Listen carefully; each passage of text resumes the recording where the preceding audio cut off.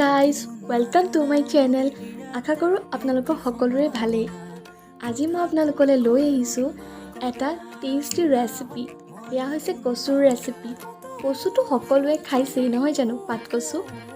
আজি এটো এটা ইউনিক হিচাপে মই কৈছো ইউনিক ৰেচিপি, কাৰণ ইয়াত দুটা বস্তু দিয়া হ'ব।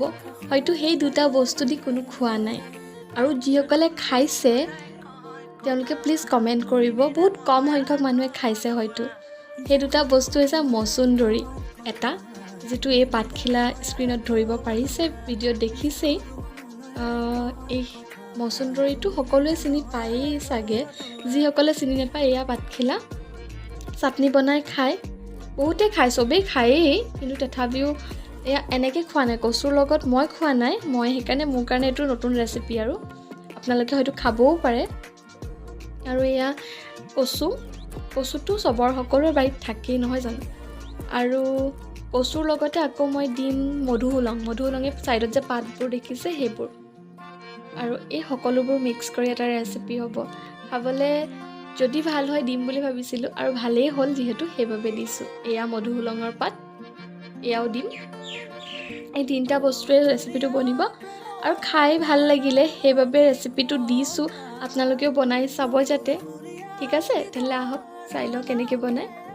এয়া এই সকলোবোৰ বইল কৰি ল'লোঁ মই।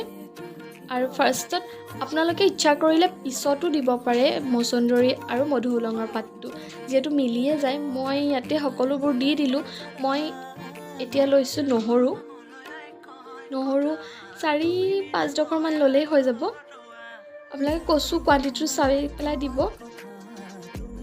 এয়া নহৰু গুচাই বাকলি গুচাইছোঁ, ভালদৰে গুচাই ল'ব, আৰু সৰু সৰুকৈ মিহি মিহিকৈ কাটি ল'ব। আৰু মচুন্দৰীখিনি মই লগতে দি দিছোঁ, সেইবাবে বেছি সিজি গ'ল। আপোনালোকে ইচ্ছা কৰিলে পিছতো দিব পাৰে, যেতিয়া ভাজিব তেতিয়া কচুখিনি ভাজিব তেতিয়াও দিব পাৰে। এয়া পিঁয়াজখিনি কাটি লৈছোঁ মই। পিঁয়াজখিনি মিহি মিহিকৈ এতিয়া কাটি ল'ম।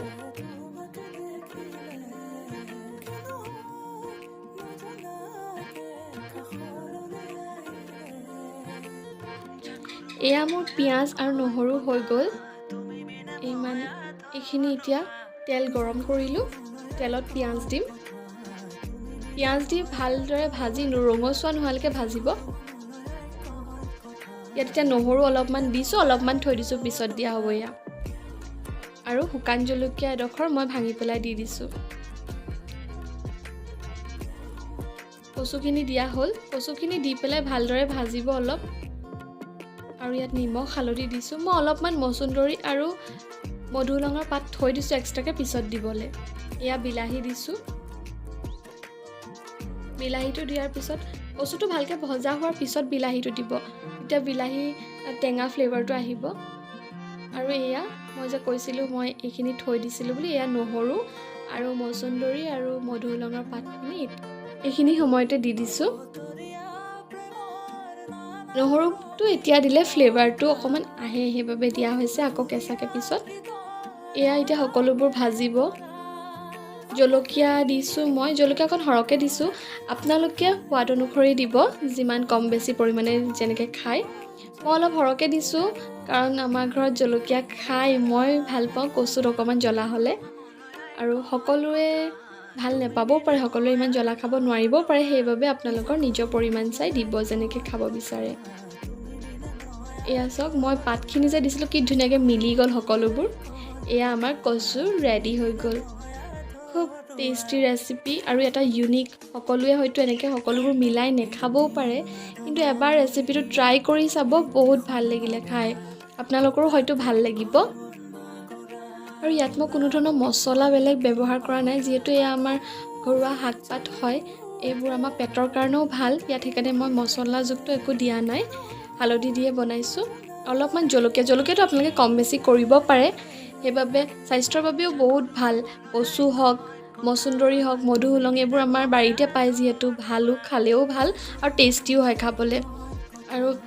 আৰু এনেকুৱা নতুন নতুন ধুনীয়া ধুনীয়া ভিডিঅ' পাবলৈ হ'লে আপোনালোকে প্লিজ মোৰ চেনেলটো ছাবস্ক্ৰাইব কৰি দিব, আৰু ভিডিঅ'টো ভাল লাগিলে লাইক, কমেণ্ট, শ্বেয়াৰ কৰিবলৈ নাপাহৰিব। চেনেলটো ছাবস্ক্ৰাইব কৰি দিব। আৰু কাষতে থকা বেল আইকনটো প্ৰেছ কৰি দিব আৰু ভিডিঅ'টো শেষৰলৈকে চোৱাৰ বাবে বহুত বহুত ধন্যবাদ আজিলৈ তেন্তে আহিছোঁ পিছত আন এটা ভিডিঅ'লৈ আহিম আজিলৈ তেন্তে টাটা বাই বাই